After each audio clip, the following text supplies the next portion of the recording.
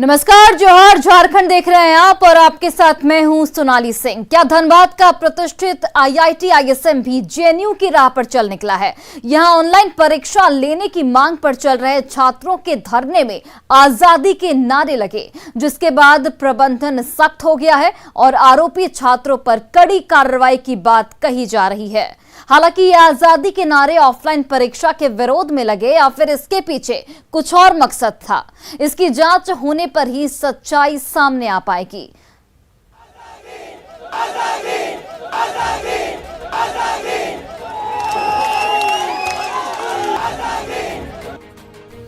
ये वो नारा है जिसके बाद धनबाद के प्रतिष्ठित आईआईटी आईएसएम में माहौल गर्म हो गया।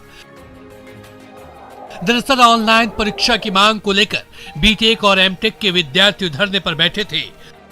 छात्र प्रबंधन के खिलाफ नारेबाजी कर रहे थे। इसी दौरान जेएनयू की तर्ज पर यहां भी आजादी के नारे लगे। प्रदर्शन कर रहे विद्यार्थियों की एकमात्र मांग थी कि परीक्षाएं ऑनलाइन ली जाए। उनका कहना था कि जब कोरोना काल में पढ़ाई ऑनलाइन कराई गई तो परीक्षा भी ऑनलाइन होनी चाहिए। हालांकि जब छात्रों को इस बात का एहसास हुआ तो इसे छिपाने का प्रयास किया गया।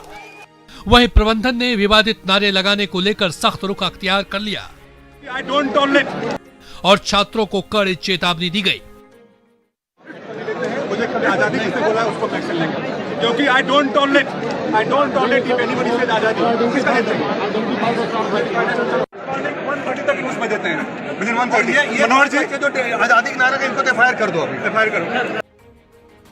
इधर पूरे मामले पर पूर्व गृह मंत्री सुदेश महतो ने कहा कि सरकार या प्रबंधन की किसी नीति के खिलाफ प्रदर्शन करना या नारे लगाना कोई अपराध नहीं है, लेकिन अगर देश विरोधी नारा लगाया जाएगा तो यह किसी भी हाल में स्वीकार नहीं है। किसी गवर्नमेंट के पॉलिसी का विरोध कर सकते हैं, लेकिन देश के का विरोध ये अपराध माना जाएगा। किसी भी लोगों को कोई भी तकलीफ हो, उसके लिए लोकतांत्रिक प्रक्रिया है, आप उसके तहत अपनी बात रख सकते हो। लेकिन जिस देश में हम लोग सब रह रहे हैं उस भारत का विरोध संभव नहीं है। कोरोना काल के बाद परीक्षा ऑनलाइन हो या ऑफलाइन, ये बहस का मुद्दा हो सकता है, लेकिन जिस तरह से आईआईटी आईएसएम के छात्रों के किनारे लगे, उसने न केवल इस प्रतिष्ठित संस्थान की छवि को धूमिल किया है, बल्कि भीड़ में घुसे कुछ असामाजिक तत्वों की करतूत से पूरे छात्र समाज को भी शर्मसार कर दिया है। धनबाद से न्यूज 18 के लिए संजय गुप्ता की रिपोर्ट। और देखिए, आजादी के नारे लगने पर कई गंभीर सवाल जो हैं वो भी उठ रहे हैं। सवाल उठता है कि आईआईटी आईएसएम में आखिर आजादी के नारे किसने लगाए। सवाल ये भी कि छात्रों ने आजादी के नारे किससे लगवाए। सवाल ये कि आजादी के नारे लगवाने वालों पर या फिर लगाने वालों पर कार्रवाई कब तक की जाएगी। क्या ये छात्रों को बदनाम करने की साजिश की जा रही है। सवाल ये कि क्या छात्रों की भीड़ में असामाजिक तत्व घुसे थे और क्या छात्रों को बदनाम करने की ये पूरी साजिश रची जा रही है। ये एक गंभीर सवाल है। क्या छात्रों की भीड़ में असामाजिक तत्व घुसे थे और उन्होंने ही ये नारे लगाए। और सवाल ये कि नारे से क्या संस्थान की छवि को नुकसान नहीं पहुंचेगा। हालांकि इस मामले में जो कॉलेज प्रबंधन है उसने कार्रवाई का भरोसा दिया है। धनबाद की आईआईटी आईएसएम में लगे आजादी के नारे पर कांग्रेस और बीजेपी नेताओं ने प्रतिक्रिया दी है। दोनों ही दलों के नेताओं ने छात्रों की मांगों पर कॉलेज प्रबंधन से ध्यान देने की अपील की, साथ ही इस पूरे मामले के राजनीतिकरण से भी बचने की सलाह दी है। तो जब वहां पर छात्र आंदोलन कर रहे हैं तो मैनेजमेंट को ध्यान देना चाहिए। मैनेजमेंट क्या कर रही है। 2 साल हमारे बच्चे पढ़े नहीं। कोरोना काल में वो लोग केवल ऑनलाइन तैयारी किए और अभी आप कह रहे हैं कि नहीं ऑफलाइन लेंगे। Why should you take the exam offline. तो जो बच्चों की जो मांग है, हमारे स्टूडेंट की जो मांग है, मैनेजमेंट को सुनना चाहिए और इसमें कम से कम राजनीतिकरण ना हो, तो ये मेरा सलाह होगा।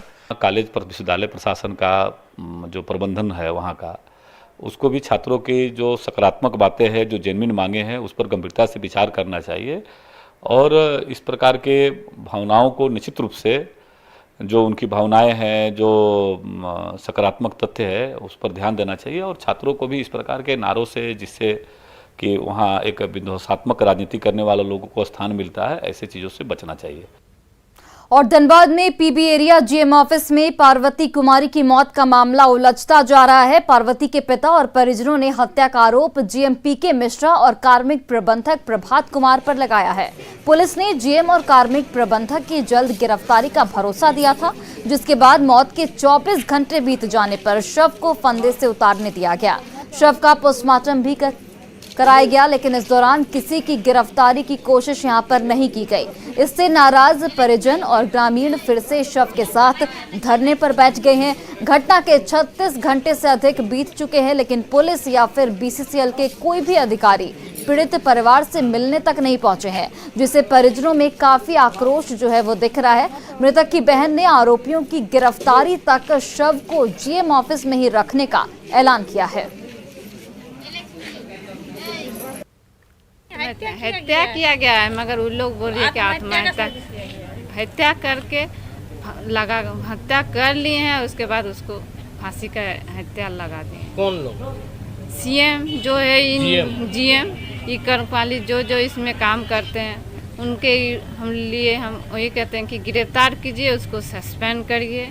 हमको मेरा इंसाफ चाहिए, मेरे बहन के ऊपर इंसाफ चाहिए। एक तो मेरी माटी भी ली है, उल्टी से मेरी बहन का हत्या भी कर दी है और मेरे पिताजी को बैठाए। क्यों? जब तक आप गिरफ्तार नहीं होगी तब तक बॉडी नहीं उठेगी ना, बॉडी तब तक नहीं उठने देंगे जब तक मेरा पिता गिरफ्तार नहीं कीजिएगा। उसके ऊपर कार्रवाई कुछ नहीं कर रहा है। 24 घंटा हो गया मगर अभी तक कुछ भी कार्रवाई नहीं किए। खाली बोल रहे हैं, सीएम को बोल रहे हैं, एसपी को बोल रहे हैं, मगर उसके खिलाफ कुछ नहीं अभी तक। पुलिस से उम्मीद है? पुलिस से हम लोग को उम्मीद नहीं है। जब पोस्टमार्टम कराकर पार्वती के शव को लाया गया तो फिर से दोबारा शव को इसी जीएम कार्यालय के परिसर में रखा गया है। आप तस्वीरों में देख सकते हैं कि पार्वती के परिजन फिर से यहाँ धरना में इस शर्त पर बैठे हुए हैं कि जब तक हत्या के आरोपी जीएम पीके मिश्रा और कार्मिक प्रबंधक प्रभात कुमार को गिरफ्तार नहीं करती है, तब तक ये शव को यहाँ से नहीं ले जाएंगे। मामला अब तूल पकड़ चुका है। जीएम कार्यालय में हुई मौत का मामला सदन में भी गूंजा है। बाघमारा विधायक ने ढुल्लू महतो ने इस मामले को सदन में उठाया है और सरकार से आग्रह किया है कि खुद यह संज्ञान लेकर इस परिवार को न्याय दे। सबसे बड़ी आश्चर्य की बात है कि घटना होने के लगभग 36 घंटे के बाद भी अभी तक ना तो वरीय पुलिस को अधिकारी परिजनों से बात करने आए हैं, ना ही बीसीसीएल के कोई अधिकारी इन लोगों के दर्द को जानना चाहा है। अब देखना है कि पुलिस कब तक हत्या के आरोप लगने वाले जीएम और कार्मिक प्रबंधक को गिरफ्तार करती है। हालांकि अब जो परिजन हैं साफ तौर पर कह चुके हैं कि पार्वती के जो हत्या आरोपी हैं, जब तक उनकी गिरफ्तारी नहीं होगी यह यहाँ से नहीं हटेंगे।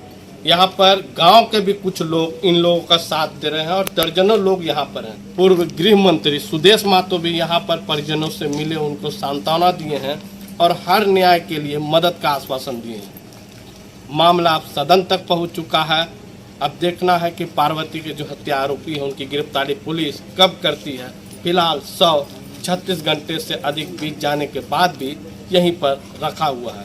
संजय गुप्ता, न्यूज़ 18 धनबाद।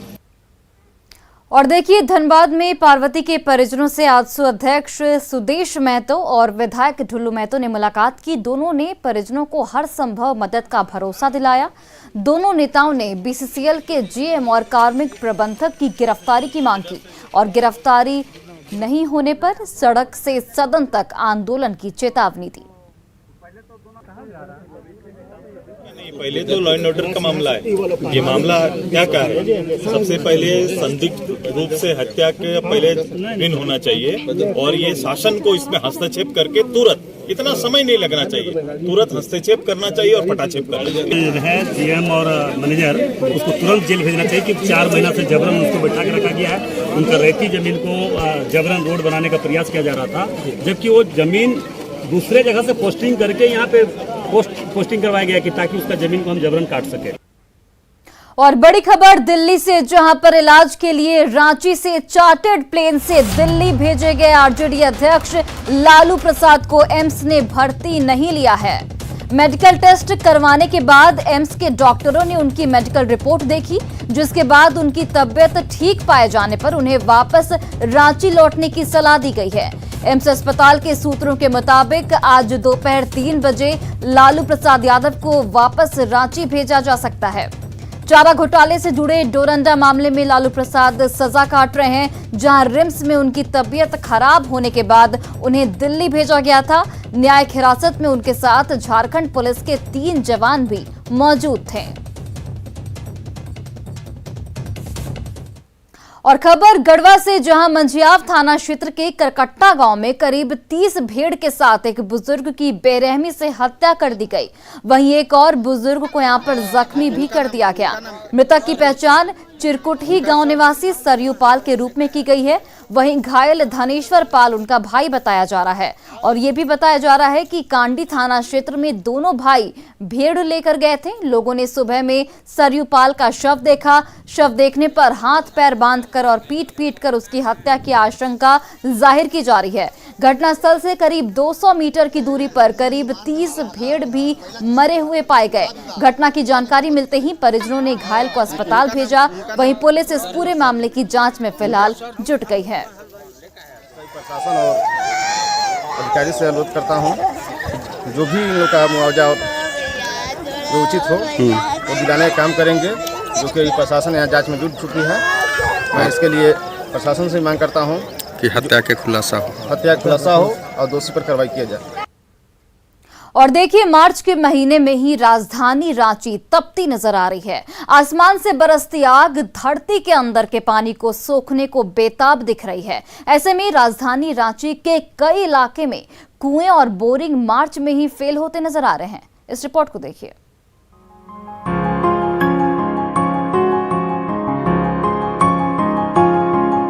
कहते हैं फागुन में मार्च का महीना मुस्कुराहट लेकर आता है, लेकिन राजधानी में बढ़ती गर्मी ने उस मुस्कुराहट को चिंता की लकीरों में बदल दिया है। अचानक बढ़ते पारे की वजह से राजधानी रांची के कई इलाकों में जलस्तर काफी नीचे चला गया है। राजधानी के डोरंडा, हिसार और हरमू जैसे सघन आबादी वाले इलाकों में कुएं और बोरिंग फेल साबित हो रहे हैं। हिसार के देवी नगर में महज 20 दिनों के अंदर जलस्तर 35 फीट तक नीचे चला गया। 50 फीट अंदर चल गया है। अंदर चला गया पानी। हाँ।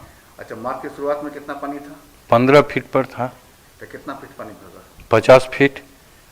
35 फीट चला गया पानी। हाँ, 35 फीट चला गया पानी। हाँ। आप लोगों ने वाटर हार्वेस्टिंग करवाया है क्या? वाटर हार्वेस्टिंग तो नहीं हो पाया। नहीं हो पाया। पानी को लेके तो बहुत ही परेशानी हो रही है, क्योंकि मेरे घर में छोटे छोटे बच्चे हैं। उनके लिए हमें दिन भर ही पानी का यूज होते रहती है, क्योंकि इन लोगों को नहाने से, खिलाने पिलाने के लिए, और विशेषतः हम खरीद के पानी पीते हैं, क्योंकि बोरिंग फेल नहीं है, बस ज़्यादा पानी नहीं आता, गंदा पानी आता है। जलस्तर नीचे चले जाने के बाद लोग इसके लिए रांची नगर निगम और सरकार को जिम्मेदार ठहरा रहे हैं, लेकिन वाटर हार्वेस्टिंग लगाने को लेकर अपनी जिम्मेदारी भूल रहे हैं। रांची नगर निगम के डिप्टी मेयर की माने तो फिलहाल 30% लोगों को सप्लाई के जरिए जलापूर्ति की जा रही है, जबकि बाकी लोगों को भूगर्भ जल के जरिए पानी मुहैया कराया जाता है। वहीं सघन आबादी वाले इलाकों में रहने वाले लोगों की शिकायत है कि लगातार बन रहे अपार्टमेंट की वजह से उनकी बोरिंग और कुएं का जल स्तर लगातार नीचे जा रहा है। पानी का समस्या है, यहाँ बोरिंग है, हुआ है, लेकिन बोरिंग फेल कर गया है, और यहाँ इतना अपार्टमेंट बन गया है कि जिसके चलते जो है पानी सूख गया है, नीचे चला गया है। हाँ, बोरिंग तो मेरा 250 था, लेकिन देख रहे हैं कि इधर थोड़ा पहले तो ठीक था, लेकिन जैसे जैसे गर्मी आ रही थोड़ा कम पानी का स्रोत आ गया है। जैसे टंकी पहले भर जाता था 20 मिनट में, अभी है कि 50 मिनट लग जा रहा है, बस यही अंतर है। मार्च में ही राजधानी रांची बूंद बूंद तरसने को मजबूर हो गई है। राजधानी रांची के कई सघन आबादी वाले इलाकों में जहां कुओं में जल स्तर काफी नीचे चला गया है, तो कई बोरिंग भी फेल कर गए हैं। रेन वाटर हार्वेस्टिंग सिस्टम अपने घर में जरूर लगाइए, अगर आने वाली पीढ़ियों को पानी देना है तो। संजय कुमार सिन्हा, न्यूज 18 रांची। और सिमडेगा में तापमान जो है वो 40 डिग्री तक पहुंचने लगा है। चिलचिलाती धूप आग बरसा रही है और इस साल मार्च महीने में ही मई जून की गर्मी पड़ने लगी है। गर्मी की वजह से डिहाइड्रेशन और डायरिया जैसी बीमारी तेजी से बढ़ रही है। सदर अस्पताल में मरीजों की भीड़ देखी जा रही है, जिसमें अधिकांश मरीज सनस्ट्रोक से प्रभावित हैं। वहीं बढ़ती गर्मी के बीच लोग सुकून की तलाश में भटकते भी नजर आ रहे हैं। तो ये समस्या तो हो रही है, उसका दिन में निकलेगा लोग, तो डिहाइड्रेशन होने का खतरा है। फिर डायरिया का भी इस सीजन में बैक्टीरियल ग्रोथ बहुत बढ़िया होता है, इसलिए डायरिया भी होने की संभावना रहती है। और हम लोग जैसे आज अस्पताल भी गए थे तो देखे कि काफ़ी लोग इस ढंग के पेशेंट जो सफ़र होकर आ रहे हैं। और बोकारो में राशन डीलर की मनमानी का उपभोक्ताओं ने जमकर विरोध किया। चास के शिवपुरी कॉलोनी स्थित पीडीएस के दुकानदार आशा देवी से नाराज उपभोक्ताओं ने जमकर हंगामा किया। हंगामे की सूचना मिलते ही प्रभारी एमओ भी पहुंचे। आरोप है कि जब हंगामा खड़ा हुआ तो डीलर ने लठैत बुला लिया और लठैतों ने धमकी देते हुए हंगामा कर रहे ग्राहकों की फोटो भी ली। जाते जाते अंजाम भुगतने की धमकी भी दी गई। वहीं प्रभारी डीएसओ ने कहा कि दुकानदार पर कार्रवाई की जाएगी और ग्राहकों से बदसलूकी को लेकर अलग से प्राथमिकी दर्ज होगी। फ्री राशन आए अथी मिला है महीना वाला, वो महीना के नहीं मिला है फ्री राशन। कौन सा महीना का नहीं मिला? कौन फरवरी के, हमरा जनवरी फरवरी नहीं है। हाँ, तो फरवरी मार्च वाला नहीं मिला है, नहीं मिला है। कितना दे रहे हैं? कितना दे रहे? 4-4 किलो में 1 किलो खा जाता है लोग। फरवरी का राशन तो मिल रहा है सर, नहीं मिलने से कैसे दे रहे हैं? बोले तो यहाँ तो हम लोग दे रहे हैं ना। मार्च का बोल रहा है कि हम लोग को फ्री दे, हम लोग मार्च का फ्री मिलेगा तभी ना देंगे। तो यहाँ के स्थानीय लोग जो बोल रहे हैं कि नहीं दिया जा रहा है, सब झूठ है। और देखिए बाहरी लोगों को बुला नहीं, हम लोग कुछ किसी को फोन नहीं किए, किसी को कॉल नहीं किए। का जाए कि नहीं दिए तो दिलवा रहे हैं, देना शुरू कर दिए हैं। और एक दूसरा प्रॉब्लम था कि नाप के दिन मशीन से नहीं दे रहे थे, तो इसके लिए हम कार्रवाई करेंगे। हम लोग जा रहे हैं, इनके सस्पेंशन के लिए लिखेंगे। यहाँ के ग्राहकों द्वारा आरोप लगाया जा रहा है कि 4 किलो राशन दिया जाता है 1 यूनिट पर। इस पर आप क्या कहेंगे? इस पर कार्रवाई करने के लिए जा रहे हैं हम लोग, इसको सस्पेंड करेंगे। और देश में पहली बार किसी पब्लिक सेक्टर अस्पताल में मरीजों के लिए कैशलेस सुविधा दी जा रही है। देवघर एम्स और बैंक ऑफ बड़ौदा के प्रयास से देवघर एम्स में ये सुविधा मुहैया कराई जा रही है। बैंक ऑफ बड़ौदा ने देवघर एम्स में इलाज कराने वाले मरीजों को कैशलेस सुविधा देने की शुरुआत की। इसके साथ ही देवघर एम्स देश का पहला कैशलेस पब्लिक सेक्टर अस्पताल भी बन गया है। और इस मौके पर बैंक ऑफ बड़ौदा ने एम्स को CSR यानी कॉरपोरेट सामाजिक जिम्मेदारी के तहत एक बस भी उपलब्ध कराई है, जिसका इस्तेमाल बीमार और उनके परिजनों को एम्स तक पहुंचने के लिए किया जाएगा। सेवाएं OPD की शुरू करेंगे एम्स देवघर में, तो हम ये प्रावधान रख पाएँ कि मरीज केवल आए, एक बार पैसा जमा करे। और मुझे बहुत हर्ष है कहते हुए कि बैंक ऑफ बड़ौदा ने हमारे इस सोच को समझा और आज हम देख पा रहे हैं कि वो हमको वह सुविधा उपलब्ध कराने के लिए तैयार हैं कि मरीज़ जब अस्पताल में घुसेगा वो एक बार पैसा देगा, कार्ड लोड कराएगा, वो कार्ड सब काउंटर पे एम्स के मान्य होगा। हमारा बहुत सौभाग्य है कि हम एम्स के साथ जुड़े और जैसा एम्स के डायरेक्टर साहब ने विजन देखा है, हमने उस विजन की पूर्ति के लिए बैंक ऑफ बड़ौदा की तरफ से एक सफल कोशिश की है। इसके तहत हम लोग एम्स में सभी आने वाले पेशेंट्स को कैशलेस सर्विस देने के लिए हमने अपना एक अच्छा सॉफ्टवेयर तैयार किया है, जिसे हमने ऑलरेडी इम्प्लीमेंट भी कर दिया है। और फिलहाल इस बुलेटिन में बस इतना ही। आप देखते रहिए न्यूज़ 18 बिहार झारखंड।